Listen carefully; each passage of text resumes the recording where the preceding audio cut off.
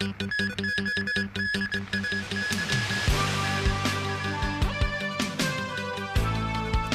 CE announces cancellation of performances at the July 1st reception as the SAR mourns 2 fallen firefighters. 2 road workers killed in a traffic accident on Tsinghua Highway.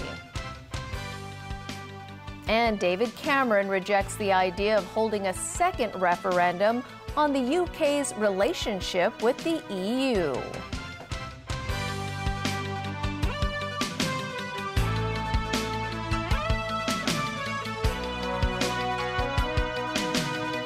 Good evening. Chief Executive Leung Chun-ying has decided to tone down handover anniversary celebrations on July 1st, following the death of 2 firefighters in an industrial building fire in Ngo Tau Kok. The second memorial was held outside the Amoy Can Industrial Building this morning. Adam Shu has more. Starting with a Buddhist ritual, the memorial service for senior fireman Samuel Hui took place at around 7:45 this morning. It was held right outside Amoy Can Industrial Center in Ngo Tau Kok, where the deadly blaze raged for more than 4 days. Over 100 firefighters and dozens of Hui's families and friends came to bid farewell to the 37-year-old officer. Hui's widow and 7-year-old son offered burning incense. They were then taken to the 3rd floor of the building, where Hui had been found lying unconscious. Afterwards, a cross-departmental task force went on with its probe into the fire, collecting evidence that might give them a clearer picture about the blaze. Staff of the fire services and buildings departments also began a territory-wide inspection of mini-storage facilities. Among the 487 building units running such operations, the officers will first check 154 industrial spaces that have no automatic sprinkler systems.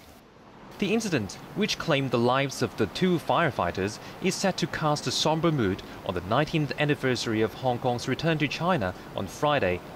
Chief Executive Leung Chun-ying said there would be no performance at the annual reception on July the 1st, and he would not show up at any non-official celebrations throughout the day. He added the 2 deceased firefighters, Thomas Cheung and Samuel Hui, deserved medals at least. After calls by several legislators yesterday to scale down this year's handover celebration, some cautiously welcome Leung's decision today. This is the least he should do to address the sentiments that is prevalent at the time. They are still going on with the reception, the cheers session, and I don't think there's anything to say cheers now. Some suggest other senior officials should also show respect by avoiding celebratory events that day. For some function that they should go, I think they should just maybe give a speech, and after that, they should leave the event. Adam Xu, TVB News.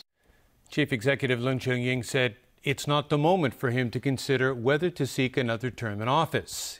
In an interview published by a local newspaper today, Leung said he may wait until September to decide whether he would seek re-election. And about mutual notification between Hong Kong and mainland police, Leung said experts would review the decade-old mechanism to see where improvements should be made. 2 road workers were killed early this morning on Tsinghua Highway near Mei Fu after a taxi slammed into them. Another worker was critically injured. The taxi driver has been arrested for dangerous driving. Winna Wong has that story. The accident happened at around 4:30 this morning on Tsinghua Highway. According to police, road workers had been repairing a part of the highway near Mei Fu. They had already finished their work and were packing up.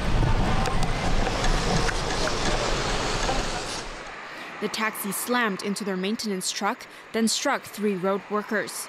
41-year-old Chan Fai died instantly. His 2 colleagues were rushed to Princess Margaret Hospital, where 49-year-old Chan Muk Yun was later pronounced dead. He is survived by his wife and 2 daughters, aged 10 and 13. According to his wife, their younger child suffers from leukemia. She says her husband had been driving a street sweeping truck, but switched to a new position because he wanted to better support the family. I don't know what I'm going to do without him now, she said. The taxi driver was taken to hospital with minor head injuries. He was later arrested on suspicion of dangerous driving causing death.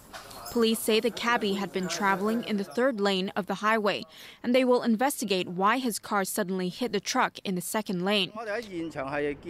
According to Senior Inspector Chan Wing-Fai, they found no brake marks at the scene. They will look into the taxi driver's mental condition. 3 out of 4 Kowloon-bound lanes on Tsing-Kwai Highway were closed for more than 5 hours. They were reopened shortly before noon. Winna Wong, TVB News. A grenade attack on a bar in Malaysia has injured 8 people, including a Chinese national. The attack happened in the early hours today on the outskirts of Kuala Lumpur as customers were watching the Euro 2016 soccer tournament. Police have ruled out terrorism as a motive. They think the violence could be due to business rivalry or revenge. Police are still looking for suspects. In a similar attack in 2014, 1 man was killed and 12 others were injured when a bomb exploded outside a pub in Kuala Lumpur. Hillary Clinton's campaign for U.S. president just got a big boost from powerful liberal Elizabeth Warren. The endorsement could signal Clinton's pick for vice president. In an effort to team up against Republican Donald Trump, the U.S. Senator shared the stage with Clinton in the battleground state of Ohio. Warren is a leader of the Democratic Party's progressive wing. It's good news for Clinton, who's been struggling to win over the liberal backers of her rival Bernie Sanders. Clinton was more than happy to celebrate Warren's support with the hope of beating Trump to the White House. We're all here today because we're with her, and we're going to work our hearts out to make Hillary Clinton the next president of the United States. I want to thank her for fighting every single day for families like hers, families like yours, and millions of hardworking Americans who deserve to have more folks on their side. Turkey has decided to mend fences with former foes Israel and Russia. The Charm Offensive was launched with the hope of ending Turkey's isolation on the world stage and boosting its economy. Turkey's Prime Minister Binali Yildirim said his country is restoring diplomatic ties with Israel to end a bitter 6-year fallout. Ties were ruptured in 2010 following an Israeli commando raid on a Gaza-bound aid flotilla that left 10 Turkish activists dead. Yildirim said the new government is moving back to a zero problems with neighbors policy. Turkish President Recep Tayyip Erdogan called the pact a win-win for both countries. He said by working together, they both will benefit from lucrative gas deals and security by strategizing on how to fight terrorism.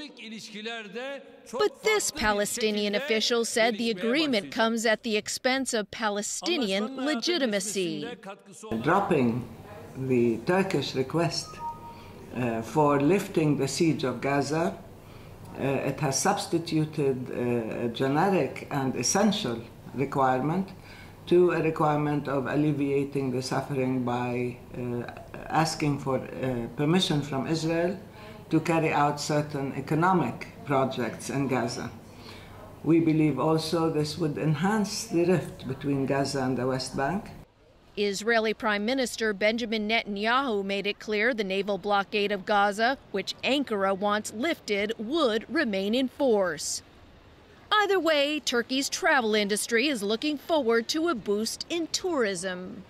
2008-2009 was record years for Israeli traveling to Turkey. More than 500,000 people went to Turkey for holidays. And then the Marmara occurred, and we had a significant drop to 80,000. Then it was Erdogan's turn to express regret to Russia over the downing of its warplane. A Russian warplane was shot down and its pilot killed while the jet was taking part in the Kremlin's military campaign in Syria. Hoping to end the consequences of Russian sanctions, Erdogan told his Russian counterpart, Vladimir Putin, he'd do anything to restore relations. But Putin insists only a personal apology from Erdogan will do. Pressure is mounting on Britain to spell out the details of its exit from the European Union as EU leaders meet to discuss how to handle the UK's departure from the EU. Meanwhile, as political chaos continues in the British Parliament, at least one thing is becoming clear. Britons are in for some economic gloom. James Aiken reports.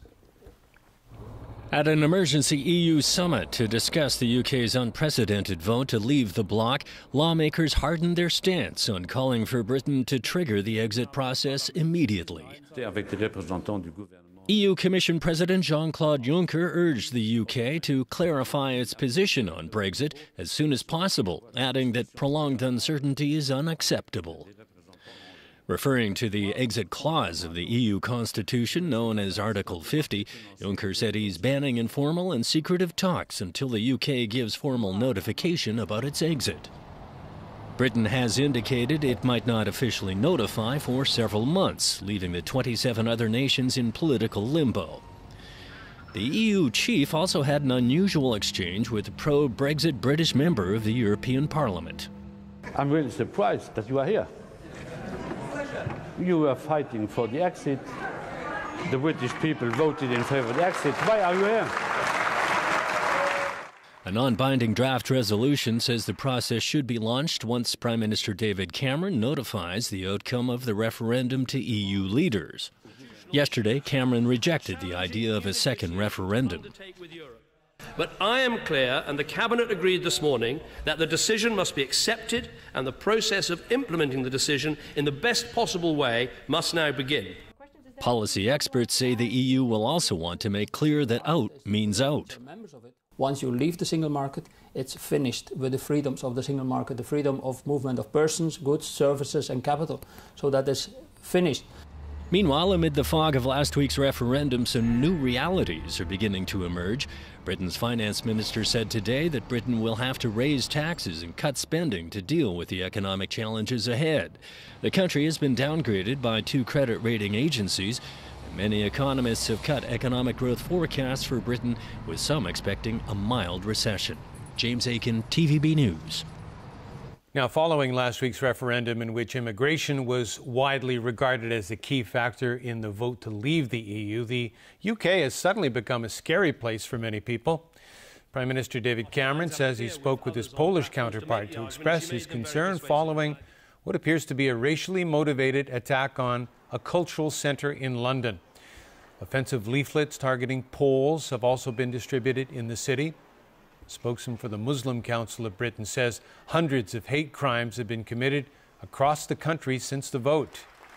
London's mayor says he's worried the divisive referendum campaign has legitimized racial abuse. My worry is that after Thursday and Friday, people think it's okay to call people names. They think it's okay to hurl racial abuse. They think it's okay to daub racist graffiti. It's not okay. And what I'm clear about is we're going to have zero tolerance towards that. The Met Police will prosecute those caught committing these offences, and we've got to make clear those communities who are feeling vulnerable hear from us, the majority, that you are safe here and you're welcome here. And still ahead in our newscast. Video footage in Ken Sung's assault case accepted by court as evidence. The first commercial flight of China's homegrown regional jetliner. And the first national monument to gay rights in the United States.